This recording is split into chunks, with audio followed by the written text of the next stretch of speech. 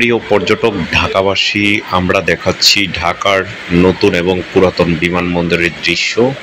আপনারা দেখতে পাচ্ছেন নতুন বিমানবন্দরের অংশ দেখা যাচ্ছে এবং ইনসেটে পাশে আমরা পুরাতন বিমানবন্দর দেখাচ্ছি। বিমানবন্দর 1 এবং 2 নতুন করে তৈরি হচ্ছে থার্ড টার্মিনাল বিমানবন্দর 3।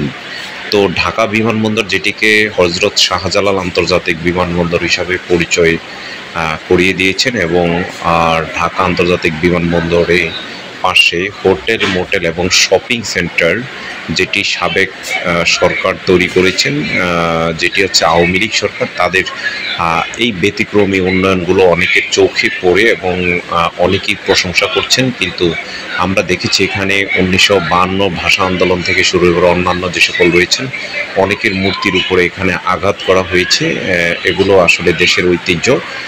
তারপরেও যে শাহজালাল বিমানবন্দর, পুরাতন বিমানবন্দর, সেটি এখন কিছুটা জরাজীর্ণ অবস্থায় রয়েছে, যেটিতে মানুষ প্রবেশ করতে, যাতায়াত করতে স্বাচ্ছন্দ্য বোধ করতেছে না। সকলেই এখন অপেক্ষা শুধু নতুন বিমানবন্দর কখন চালু করা হবে।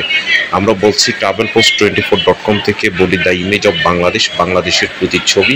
আপনাদেরকে এভাবেই বাংলাদেশের বিভিন্ন প্রতিচ্ছবি আপনাদেরকে দেখিয়ে থাকে। পুরাতন বিমানবন্দরের পাশে একটি মসজিদ রয়েছে, যেই মসজিদটি মাত্র 2 তল উঁচু। সেই মসজিদের পাশে একটি উঁচু, অনেক বড় একটি আধুনিক মসজিদ নির্মাণ করার দাবি জানাচ্ছি। সেই মসজিদের মাধ্যমে ঢাকার মানুষ যারা বিমানবন্দরের মাধ্যমে যাতায়াত করবে, তারা আসা যাওয়া করবে এবং তারা নামাজ পড়তে পারবে। আমরা নতুন বিমানবন্দরের বিশাল বড় সীমানা প্রাচীর দেখতে পাচ্ছি এবং ভিতরে অপরিষ্কার অপরিচ্ছন্ন পুরাতন বিমানবন্দরের সামনে সেগুলো যাতে পরিষ্কার করা হয়।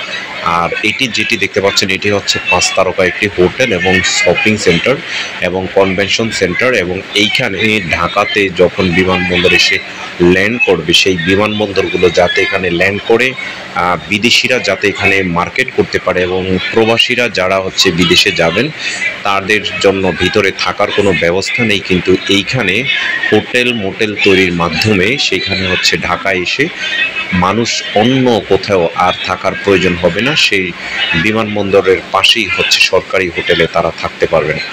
এবং এইখানে যে সুন্দর করে সাজানো হয়েছে এবং ভিতরে কয়েকটি হোটেল, মোটেল, কনভেনশন সেন্টার এবং 10 তলা উঁচু শপিং সেন্টার তৈরি করেছেন, সেগুলো দেখে সত্যিই ভালো লাগে। তো পুরাতন বিমানবন্দর আমরা আপনাদেরকে দেখাচ্ছি এবং নতুন বিমানবন্দরের সীমানা প্রাচীর দেখা যাচ্ছে।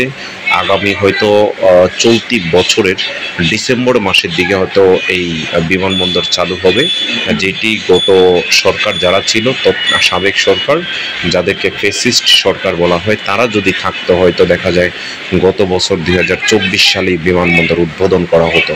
আমরা হজরত শাহজালাল বিমানবন্দরের টার্মিনাল 1 এবং 2 সেটি দেখাচ্ছি। এগুলো পুরাতন বিমানবন্দর, যেখানে বর্তমানে মানুষ যাতায়াত করে। এটির নিচে একটি ভিআইপি লাউঞ্জ, প্রবাসী লাউঞ্জ রয়েছে। কিন্তু এখান থেকে যাতায়াতের জন্য অনেক আগে যেভাবে রাস্তাঘাট ছিল, সেই রাস্তাঘাটগুলো অনেকটা নতুন করে তৈরি করা হয়েছে সেই জন্য। এবং আশকোনা থেকে শুরু করে বিমানবন্দর এবং নিকুঞ্জ পর্যন্ত 2 কিলোমিটার জায়গা জুড়ে এই বিমানবন্দরটি নতুন করে সাজানো হচ্ছে, যেটি দেখে বাংলার মানুষ সবাই এবং বিদেশিরা দেখে অনেক ভালো পাচ্ছেন যে ঢাকা বাংলাদেশ এগিয়ে যাচ্ছে। এভাবে যদি বাংলাদেশ এগিয়ে যায় তাহলে বাংলাদেশের মানুষ বিদেশে, প্রবাসে নিজেদেরকে উন্নয়নশীল দেশ হিসাবে পরিচয় দিতে পারবে। তো পর্যটক আপনারা যারা আমাদের ট্রাভেল ব্লগ দেখেন, আমরা বলি দ্য ইমেজ অফ বাংলাদেশ, বাংলাদেশের প্রতিচ্ছবি। আমরা এইভাবে দেশে এবং প্রবাসে যারা রয়েছেন তাদেরকে বাংলাদেশের বিভিন্ন তথ্য দিয়ে থাকবো। আর আপনারা আমাদের ভিডিওগুলো লাইক করবেন, শেয়ার করবেন, কমেন্টস করবেন। আপনাদের লাইক, শেয়ার, কমেন্টসের মাধ্যমেই আমরা আমাদের এই ভিডিও দেখানোর সার্থকতা খুঁজে পাবো। সবাই ভালো থাকবেন, সুস্থ থাকবেন।